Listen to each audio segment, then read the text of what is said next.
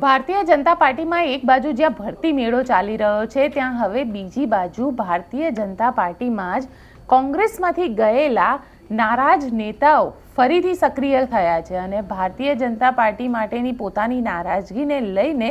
તેઓ હવે કોંગ્રેસના સંપર્કમાં છે. કોણ છે આ નેતાઓ, કેમ તેઓ કોંગ્રેસના સંપર્કમાં છે અને આ નારાજગી કેમ આટલી બધી સામે આવી રહી છે, જાણીશું આ રિપોર્ટમાં. નમસ્કાર, હું છું ગોપી ઘાંગર અને આપ જોઈ રહ્યા છો નિર્ભય ન્યૂઝ. કોંગ્રેસના સંકટ મોચન કહેવાતા સીજે ચાવડા આજે ભારતીય જનતા પાર્ટી જોઈન કરવા જઈ રહ્યા છે અને સીજે ચાવડા આજે જ્યારે ભારતીય જનતા પાર્ટી જોઈન કરી રહ્યા છે તેવામાં સમાચાર આવી રહ્યા છે કે જે કોંગ્રેસના નેતાઓ જેમનું વર્ચસ્વ હતું, ક્યારેક તેમને મંત્રીમંડળમાં પણ સ્થાન મળ્યું હતું, તેવા નેતાઓ હવે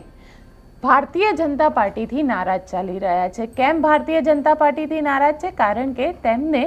ક્યાંક ને ક્યાંક ઇગ્નોર કરવામાં આવે છે, તેમની અનદેખી થઈ રહી છે અને તેમને એવું લાગી રહ્યું છે કે અમને પાર્ટીની અંદર જે માન સન્માન મળવું જોઈએ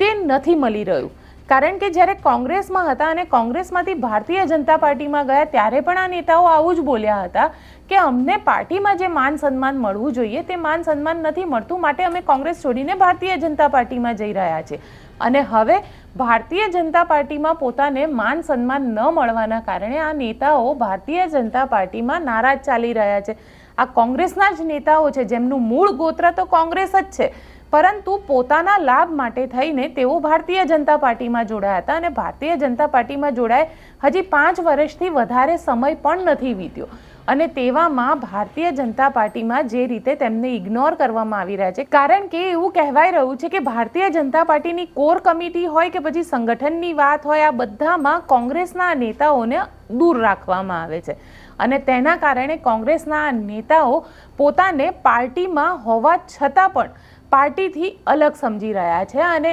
તેના જ કારણે તેઓ હવે ભારતીય જનતા પાર્ટીથી નારાજ છે અને કોંગ્રેસના નેતાઓના સંપર્કમાં છે. કોંગ્રેસના સિનિયર નેતાઓની માનીએ તો ના માત્ર આવા નેતાઓ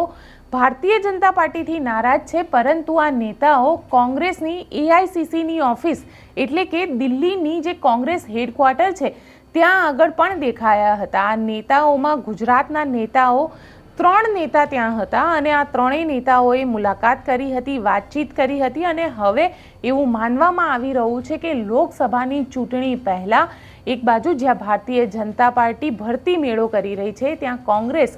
આવા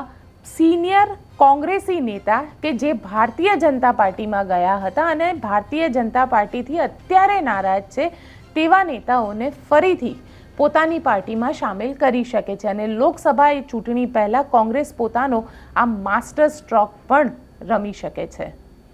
આપને અમારો આ રિપોર્ટ કેવો લાગ્યો? કોમેન્ટ બોક્સમાં ચોક્કસથી જણાવજો.